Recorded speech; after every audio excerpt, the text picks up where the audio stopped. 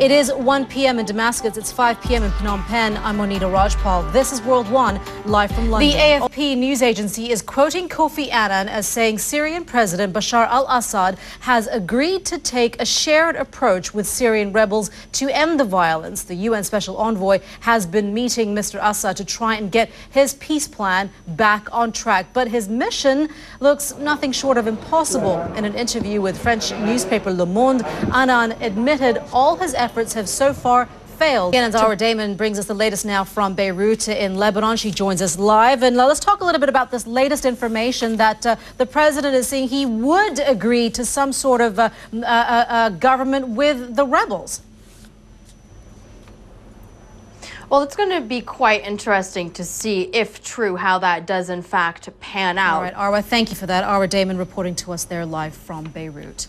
Health officials in Cambodia say they are making progress in finding out what has killed dozens of children in recent months. After testing 24 patients, doctors say more than half were found to have an infection known as enterovirus type 71. They are expecting more results later this week. Sarah Seidner brings us the latest now from Cambodia.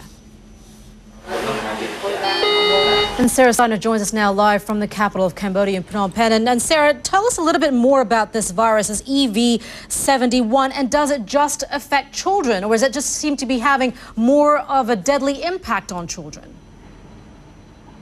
Yeah, that's generally what it is. That does have more of a deadly impact on young children in particular. Most of these cases where children died were... Sarah, thank you. Sarah Seidner there in Phnom Penh. Still ahead here on World One, is there any questions? Was it the rain, the hopes of an entire nation weighing on his shoulders, or was his opponent just too good? British tennis player Andy Murray again missed out on claiming one of the Grand Slam titles. On Sunday, he lost the singles final at Wimbledon to Switzerland's Roger Federer. Federer's win propels him back to the top of the men's tennis rankings. We want to see what some newspapers are saying about all of this in the United Arab Emirates. This is the headline in The National. They're all focusing on Andy Murray, but of course this one on Roger Federer. Where there is a will, there is a way. Again, we come back to possibly the most undervalued force in the history of tennis, Roger Federer's will. It is the kind of ravenous will that arrives on court with a heaping 16 Grand Slam titles, singles titles, yet so ardently craves a 17th, even against a guy just yearning to get one.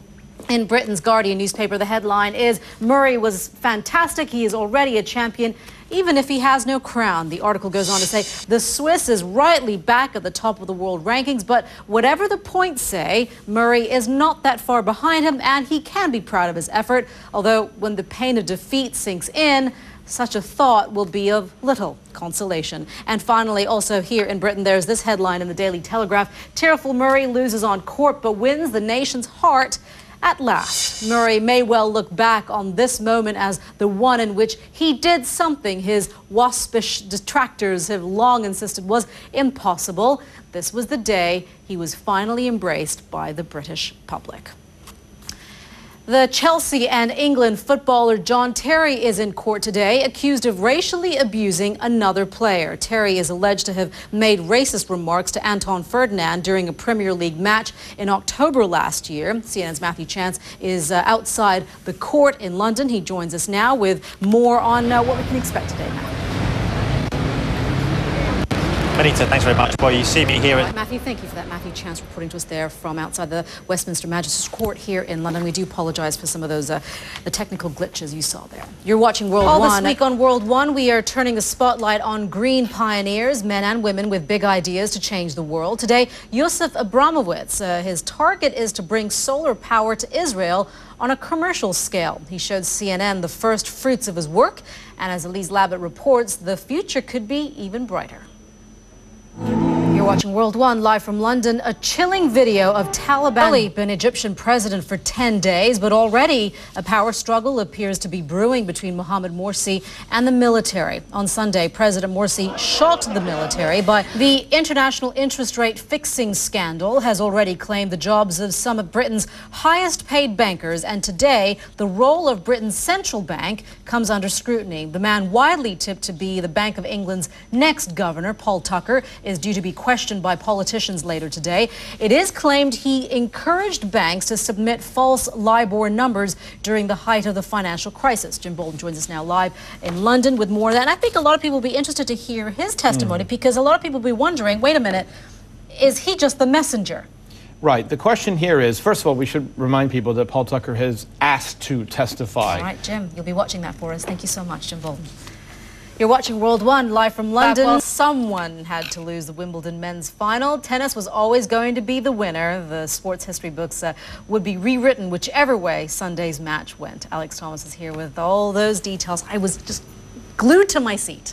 Yeah, well, I was doing a bit of gardening, a bit of this and that, but radio next to me, telly on where I could, and exactly 1 month before his 31st birthday. You need to stick around for this next story. It's pretty amazing, actually, and it's a reason why tightrope walkers really are death-defying. This stuntman, as you see here in China, was walking backwards along a wire 200 meters above a ravine. He's not wearing a safety harness, and if you look closely, you'll see he's also blindfolded, just as he's... Oh, we'll be right back with your weather. Stay with us. Welcome back. Russia is observing a day of mourning after raging floodwaters killed more than 170 people over the weekend. President Vladimir Putin has announced an investigation into how it happened and promised compensation. The latest on the situation in Russia with our meteorologist Mara Ramos at the World Weather Center. Mari. Monita, what a tragic story there. As Phil was just telling us, this time of year? Wow. Nice place to visit. I don't know if I'd want to live there. Pretty amazing pictures there. Yeah, you can imagine just some developer watching those pictures pretty close to seeing where would be a prime spot to set up shop. There you go. All right, Mari. Thank you very much for that. You're watching World One live from London. I'm Monita Rajpal. Thank you for joining us. We'll update you the news headlines in just a couple of minutes right here on CNN.